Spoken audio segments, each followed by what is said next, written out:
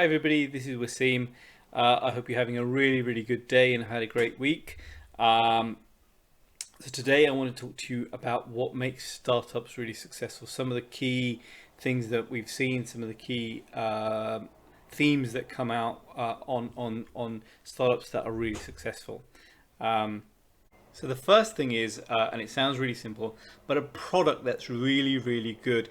It's really important to have something which stands out, which people want to talk about. Once you have a product that your friends tell you about, you know you've got a good product. Think about Facebook or Google or even the iPhone.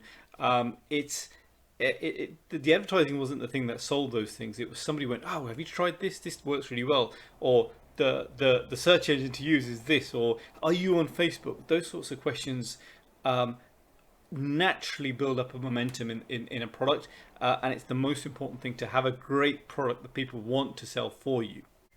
And to add to that, your product has to be super simple to explain.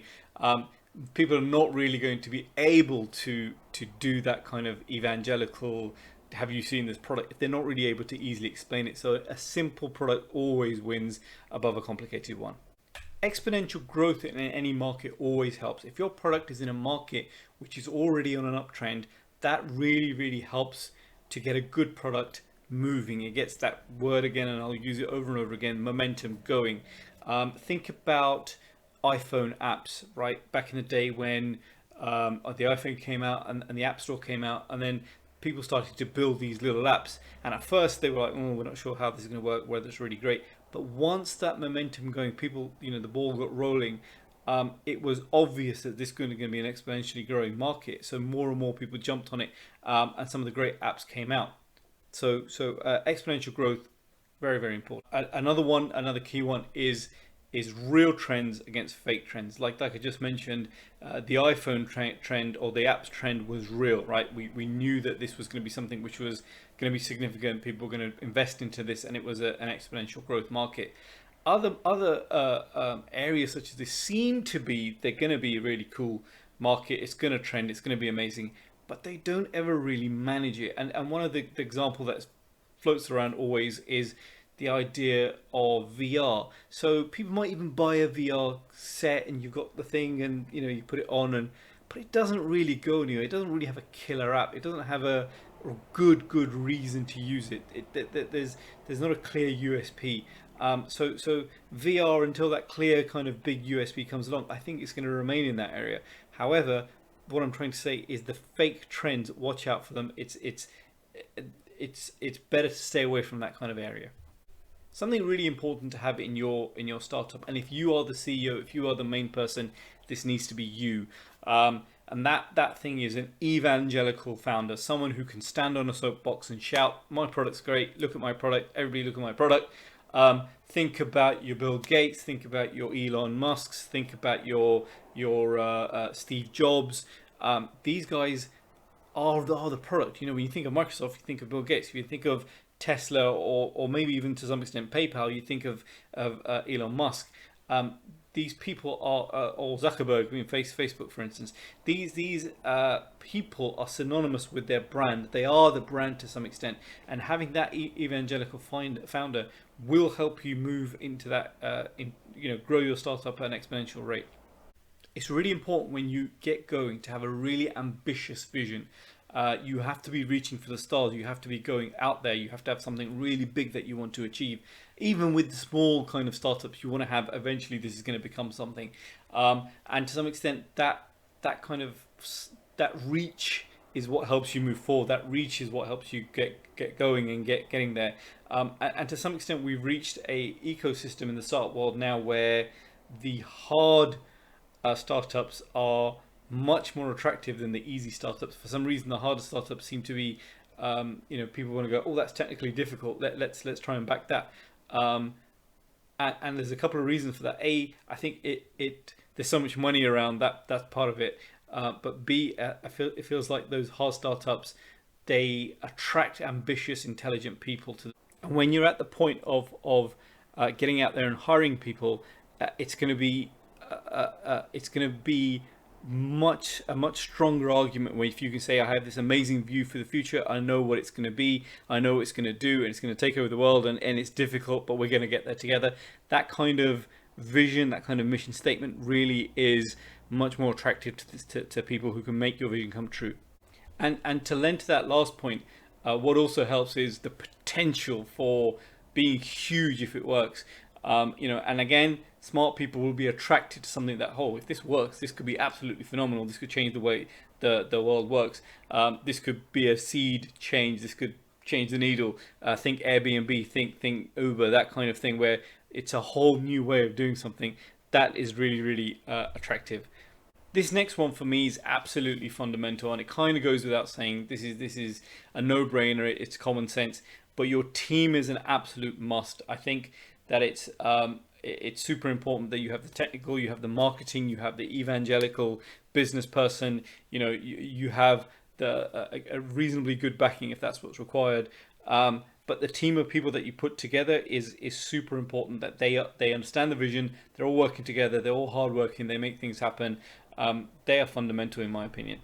And two of the types of people I think is really important to have in your team is the optimist. So you need somebody who's going to give you motivation. You need someone who's going to give you a G up when things are not going well. So it's very, very important to have someone who's an optimist. It's also a great idea to have an idea generator, someone who's going to be constantly churning out good ideas, or not even good ideas, but ideas. Not all ideas can be good. So somebody who's able to go, well, what about this? Have you thought of this? So and so is doing this. Why don't we try that? And it's someone who just keeps stirring the pot and gets things moving. And that's a really important type of person.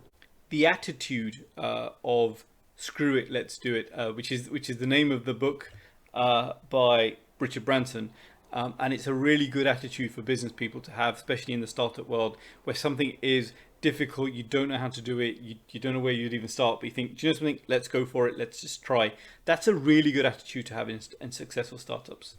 A key attribute to any team or any team member is to take responsibility, especially in startups when you have 3 people, 4 people at the most maybe. You don't want people to be shirking away. You don't want people to be hiding. You need people who are going to take responsibility and say, yeah, I can do that. It's no problem. I'll look after that. This also, I will take that on too. Because that kind of attitude gets things done. And that's the next bit that I was going to talk about. Action bias is very important in a startup to have action bias. You need to think, right, what do we do first rather than let's think about it, let's plan, let's do this. And planning is really important. And I've spoken about planning elsewhere.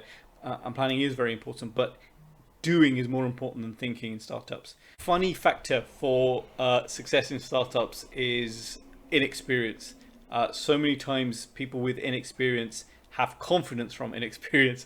They don't know all the things that can go wrong, so they go for it, and often that's a reason for them to make it. So inexperience is not a bad thing.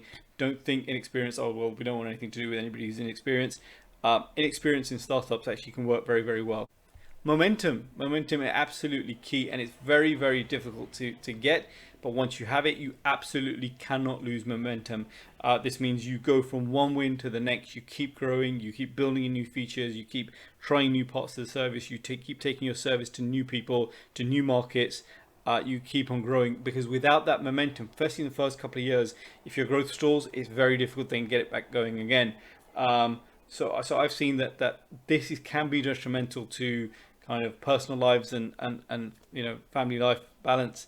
It's probably not sort of the career for somebody who's really, really into work-life balance. This is for people who are absolutely obsessed with what they're trying to do and do whatever it takes to make it work.